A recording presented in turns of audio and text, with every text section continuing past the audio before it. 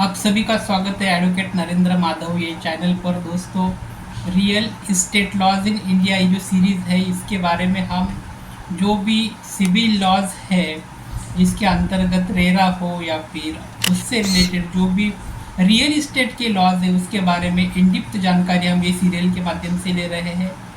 दोस्तों, पिछले भाग में आपने देखा कि रियल इस्टेट जो है उसके लिए जो इम्पोर्टेंट लॉ है जिसे हम रेरा कहते हैं, रेरा एक्ट के ज़रिए जो भी इम्पोर्टेंट सेक्शन थे उसके बारे में हमने बात की, जैसे कि सेक्शन 3, 4, सेक्शन 11, सेक्शन 13 और सेक्शन 14 जो बहुत ज़्यादा इम्पोर्टेंट सेक्शन रेरा के लिए ज़रूरी थे उसके बारे में हमने बात की है।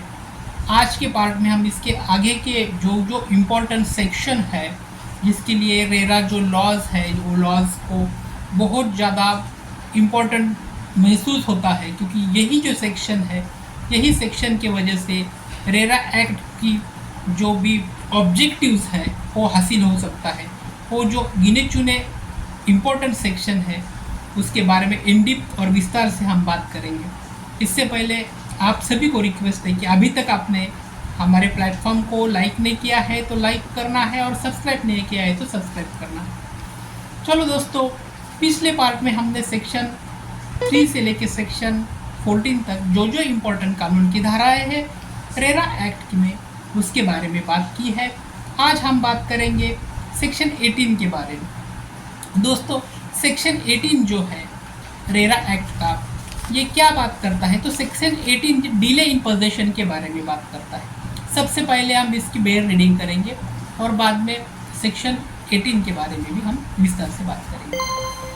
Now section 18 says that delay in the possession, if the promoter fails to complete or hand over possession as agreed, the allotee may first withdraw and seek refund with interest or continue and claim interest for delay।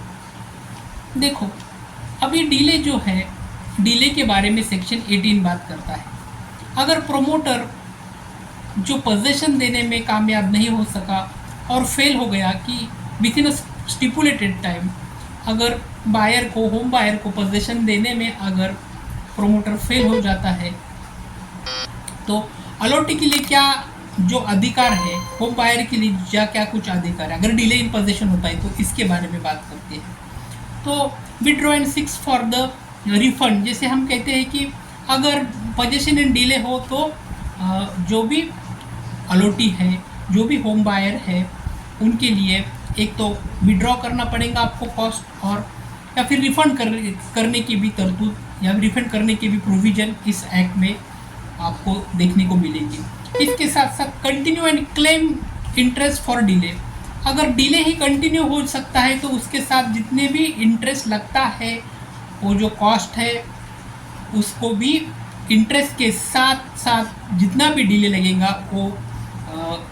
Promoter के से लेने का अधिकार section 18 में है। जब भी हम रेरा की प्रैक्टिस देखते हैं तो रेरा की प्रैक्टिस में सेक्शन 80 जो है वो बहुत ज़्यादा इम्पोर्टेंट रोल प्ले करता है, क्योंकि अगर बहुत ज़्यादा प्रोजेक्ट में या बहुत ज़्यादा जितने भी बिल्डर हैं वो यही सेक्शन 18 के ज़रिए उनके ऊपर रोक लगने के लिए ये सेक्शन 18 बहुत ज़्यादा इम्पोर्टेंट साबित हो सकता है, क्योंकि सेक्शन 18 के ज़रिए अगर कोई भी बिल्डर डिले करेगा तो उनके लिए बहुत इम्पोर्टेंट बात सेक्शन 18 के साथ साथ आने वाले सेक्शन में भी को रिलेटेड अपने को देखने को मिलेंगे।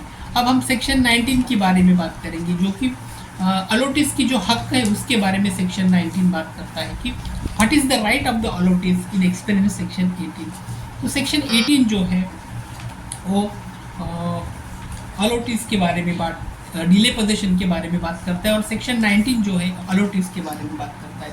तो सेक्शन 18 हमने देखा है, अब सेक्शन 19 के बारे में विस्तार से बात करेंगे। जो भी हक है, अधिकार है, राइट्स है अलॉटीज के, वो विस्तार से बात करता है section 18। What is the object of the section 18? First, to obtain the project information.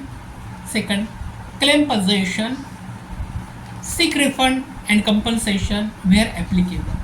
Now, what is the important rights given to the section 19 according to RERA Act? 19 का जो सेक्शन है वो अलॉटिस के हक के बारे में बात करता है। पहला जो अधिकार अलॉटिस को रेरा के अंतर्गत मिलता है वो यही है कि वो अपने प्रोजेक्ट के बारे में सही इंफॉर्मेशन पता कर सके, और उसके साथ साथ अगर with in a day delay हो जाता है तो उसके साथ इंटरेस्ट भी मिल सकता है, और पोजीशन नहीं मिला है तो वो पोजीशन के लिए कोर्ट में जाके क्लेम भी कर सकता है। ये भी इसके साथ एक बहुत बड़ा इंपॉर्टेंट हक राइट ऑफ अलॉटिस के बारे में मेंशन किया गया है। इसके साथ साथ सबसे इम्पोर्टेंट जो है कि seek refund and compensation where applicable. अगर कहीं भी उसे अगर देरी हो जाती है अलॉटी को, होम बायर को बिल्डर होम देने में, तो वो जहाँ की रिफंड भी मांगने की प्रोविज़न ये सेक्शन 19 में दी गई है। और साथ ही साथ जो भी उसको नुकसान होता है, जो भी उसको नुकसान का मुआवजा देने की काम भी सेक्शन 19 करता है। दोस्तों यहाँ पर रुकेंगे, आने वाले जो भी अगले जो वीडियो है वहाँ पर हम जो भी इम्पोर्टेंट सेक्शन रेरा के हैं उसके बारे में बात करेंगे। आपको सभी को रिक्वेस्ट है, वीडियो अगर अच्छा लगता होगा तो आपको लाइक भी करना है और सब्सक्राइब भी करना है। Thanks for watching my channel. Thank you so much.